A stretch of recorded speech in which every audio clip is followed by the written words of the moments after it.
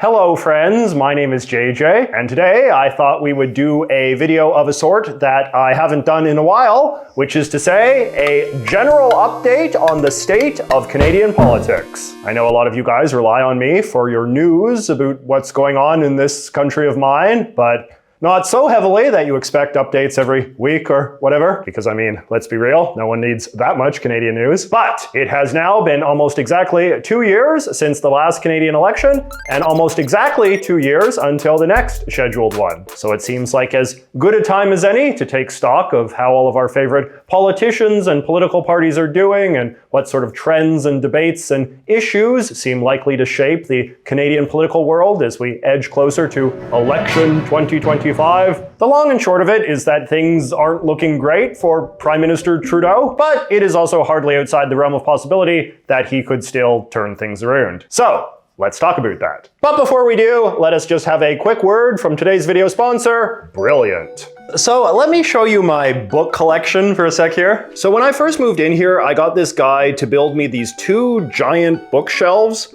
This one is for all of my books about Canada, and then this one is for all of my books about America. They're pretty cool, eh? I really love to learn about the history and culture of this continent. But do you know what I have historically not enjoyed learning about? The STEM subjects. And that's where this week's video sponsor, Brilliant, comes in. For you see, Brilliant is a delightful online learning platform that makes it fun and easy to learn about all sorts of topics that people like you and me might be a little bit resistant to. Stuff like computer programming or astrophysics or math. I was doing their little course about internet technology the other day, and it was cool learning more details about how things like video buffering and recommendation algorithms work. Their lessons are intuitive and interactive and often feature a fair bit of humor and charm, all of which helps keep you engaged no matter what the topic. They got thousands of lessons in all, with new ones being added all the time, so if you've ever wanted to learn more about something in the realm of science, tech, or math, chances are they got you covered. Viewers of this channel can get an amazing 30 days free when they sign up using the link in the thing below, with the first 200 of you getting an additional 20% off when you sign up for an annual plan. So don't delay, start filling up the empty bookshelves of your mind and give Brilliant a try today. Okay, so in September of 2021, Prime Minister Justin Trudeau was re-elected to a third term. It was a pretty controversial election that was only held when it was, because Trudeau used his powers as Prime Minister to reschedule it several years early, while never offering a particularly convincing explanation for why this had to be done. Prime Ministers rescheduling elections has become an increasingly controversial practice in modern Canada, in part because it is such a brazen conflict of interest. A politician has obvious incentive to strategically schedule an election to when his chances look best. The most cynical, but probably most accurate explanation of the 2021 election was thus that Trudeau figured his numbers were looking good at that time, so that's when the election happened. But for one reason or another, Trudeau's gamble did not pay off. He got his third term, but he did not get it the way he wanted, which was with a lot more seats in the Canadian Parliament. His Liberal Party had been outnumbered by the other parties since 2019, and it remains outnumbered by the other parties to this day, having made essentially no gains in the 2021 vote. Canada is not like Europe, where the parties routinely form coalitions with each other in order to cobble together a majority bloc in the parliament. In Canada, the tradition is for outnumbered prime ministers to just stumble their way through, assembling majority votes on a case-by-case basis, depending on what issue happens to be going before the parliament on any given day. We have breaking news from the nation's capital. In March of 2022, however, Prime Minister Trudeau did something without precedent and signed a formal agreement with Jagmeet Singh, the head of Parliament's fourth place party, the NDP. We have agreed to work together during the course of this Parliament to put the needs of Canadians first, the document said, before listing a bunch of policy goals that the two left-of-center parties share. Now, what exactly this Trudeau-Singh deal is supposed to be in a practical sense has remained kind of ambiguous. The concept of a formal coalition remains taboo in Canada, especially in NDP circles, where it is seen as a threat to their political independence. Accordingly, over the last year and a half, Jagmeet Singh has really gone out of his way to remind voters at every available opportunity that he still doesn't like Justin Trudeau and still thinks he is a bad prime minister who shouldn't be running the country. After 8 years of Justin Trudeau, life is harder. The Liberals and Justin Trudeau don't understand how serious this is. And what has this Liberal government done? Nothing but delay and disappoint. When I'm Prime Minister, I will keep my promises. While simultaneously voting with Trudeau's Liberals on all major pieces of legislation. But the NDP would say that this isn't really a contradiction. In their mind, by being a loyal legislative partner for Trudeau, they are helping ensure a government that they otherwise think is awful at least remains focused on the progressive priorities outlined in their deal, as opposed to other less progressive things. I'm going to fight. We're going to fight together as a team for every last thing we force this government to agree to, and then some.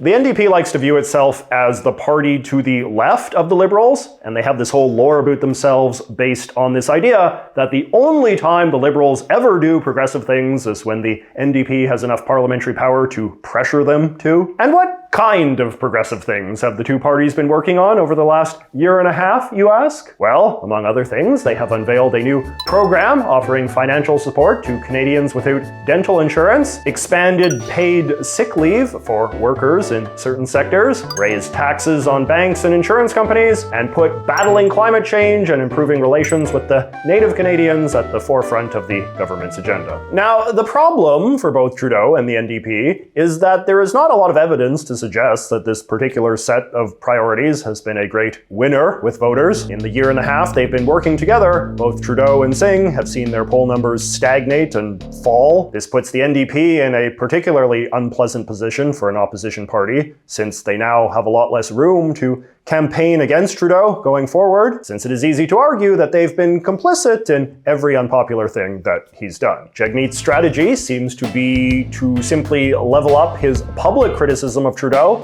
while downplaying the significance of their partnership without ever seriously considering pulling out of it. If the NDP did pull out, Trudeau could easily use that as a pretext to hold another early election on the grounds that the Parliament is no longer functioning, and unless the NDP's numbers improve, they have absolutely nothing to gain from that scenario. This period of decline for the Liberals and NDP has worked to the benefit of the Conservatives, who, in contrast, are riding pretty high these days. The general consensus among pundits and pollsters is that if an election were held today, the Conservatives would win, and probably win pretty comfortably, with a solid majority of seats in the Parliament. 40% is the magic number that you want to get to in Canadian politics in order to win a majority, and the polls say that the Conservatives are finally hovering around that number, so they are pretty pleased. In the last two elections, the Conservatives employed a campaign strategy based around the idea that voters are eager to vote against Trudeau, and that the Conservatives should therefore run a relatively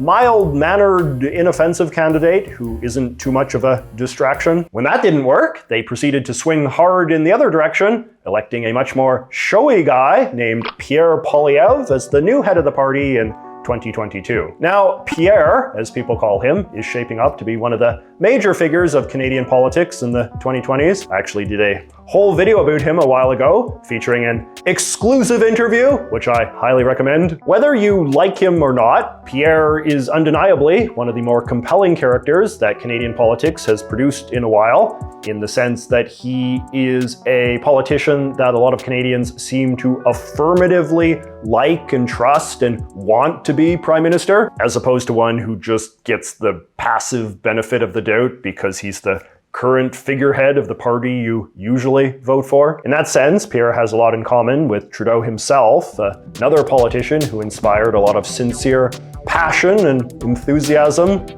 at one time. Poilievre has this very distinctive attack dog personality, where he speaks in this very confident and often biting and sarcastic sort of way about the state of Canada under Trudeau that a lot of people really go for. It was on prominent display last week when he delivered the keynote address at the Conservative Party's big biennial convention.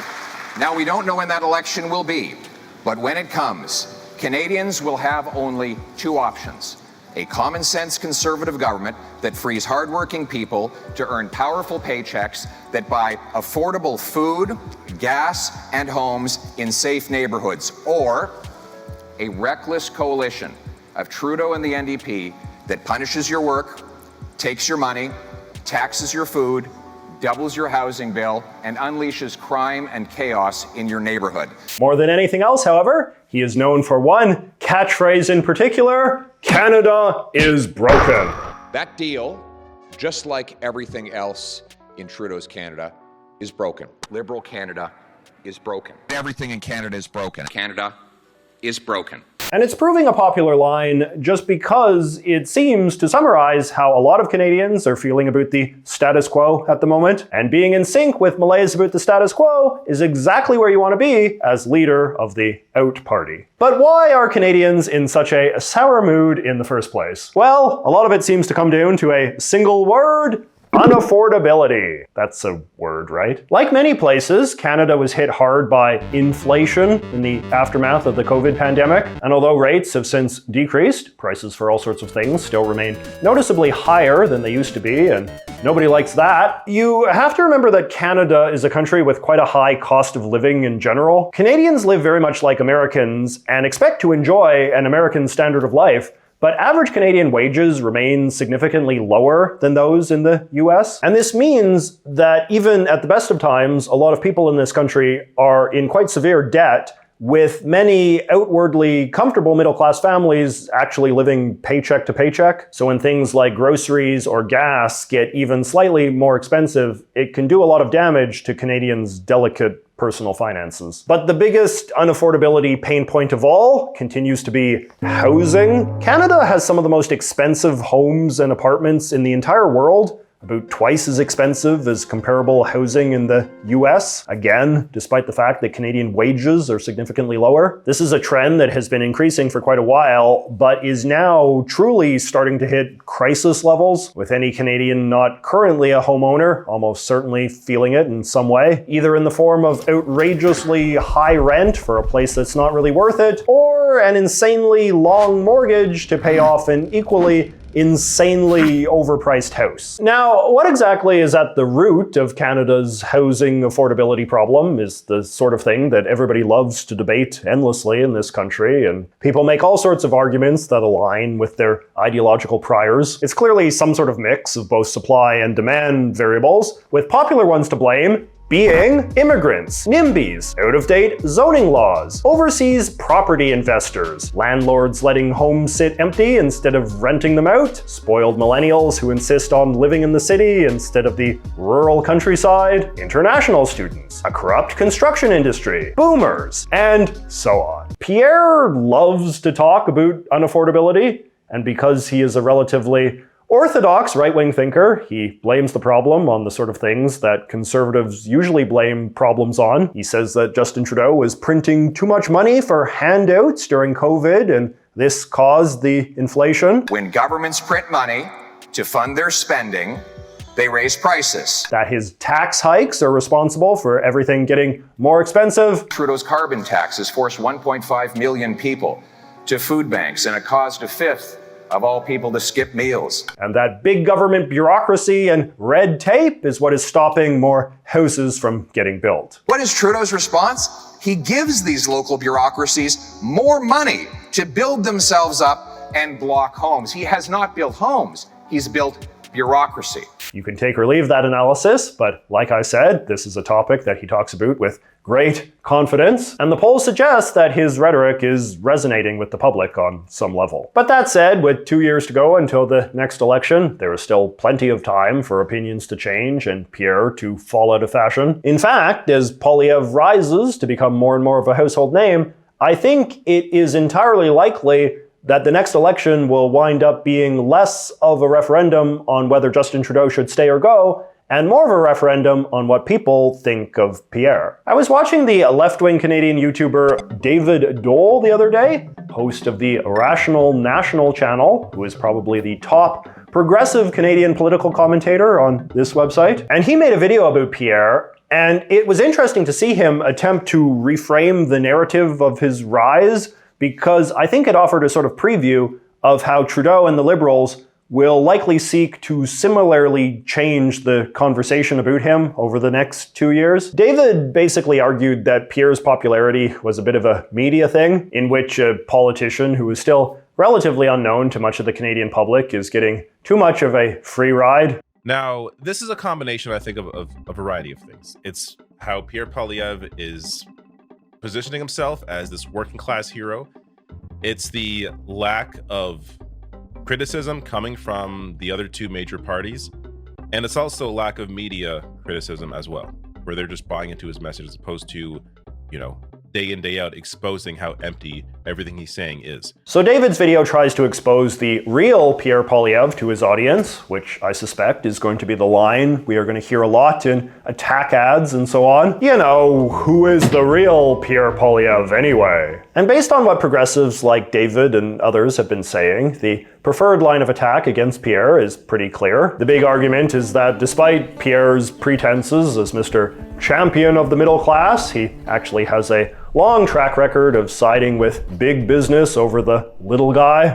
Cutting taxes and regulations for the corporations and taking their money while supporting cuts to the social services that the less fortunate rely on. And we can say long track record because Pierre has also been a politician for almost 2 decades, serving in Parliament since he was just 25, meaning, once again, that he is far less of an outsider than some of his more populist rhetoric implies. His entire career, 20 years of being pro-corporation, anti-union, anti-working class, anti-minimum wage, his entire career has been built on aligning himself with massive corporations.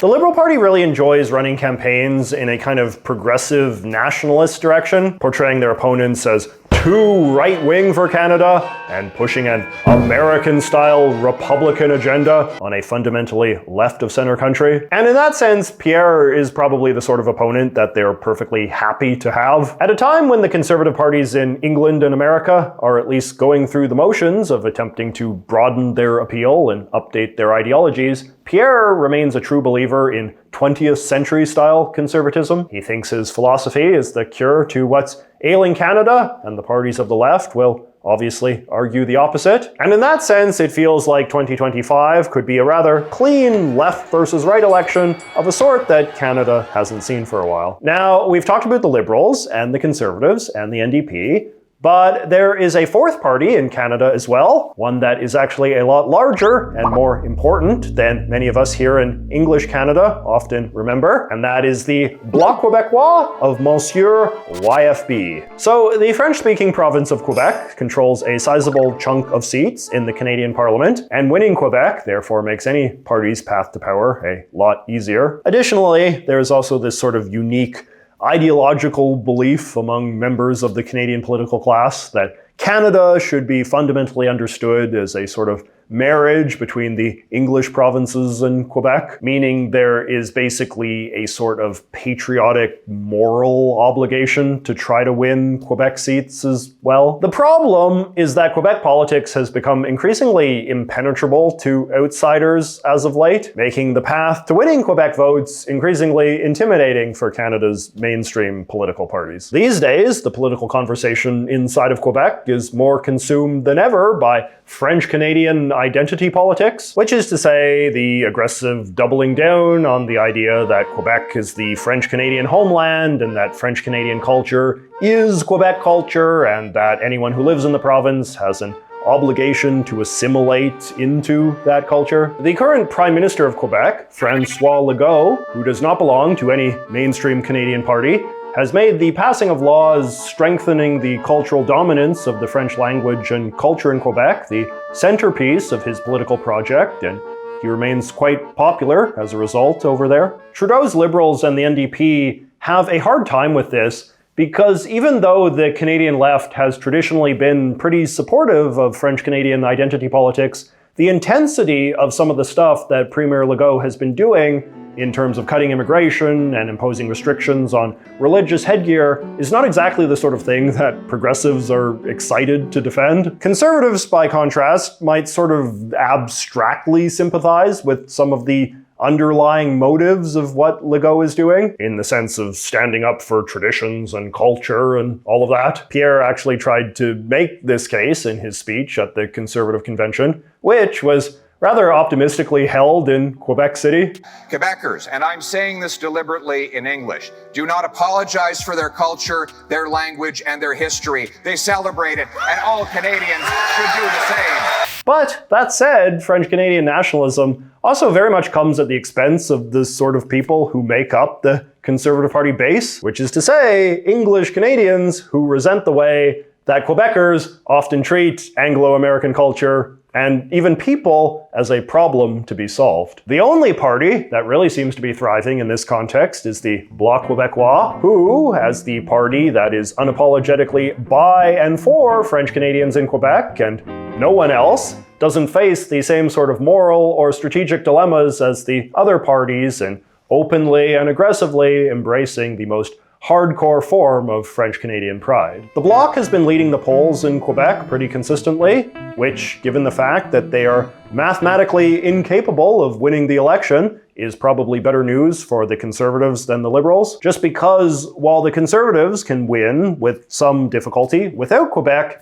it is almost impossible for the Liberals to do so. So yeah, that is basically where things stand in Canadian politics circa autumn of 2023. Independent of your own political beliefs, how do you think the various party bosses are doing right now? What strategic advice would you give them? And what do you think could happen in the next 2 years that would dramatically scramble the status quo and make this video get dated even faster than it already will? One final thing I want to say before I go. You may have noticed that my last few videos have featured these distinctive little collage-style animations. While I would like to take credit for them, they are actually the result of an animator I have brought onto the team, my new friend Isaac from Australia. So let's all give him some compliments alongside your political analysis in the comments below, and I will see you next week.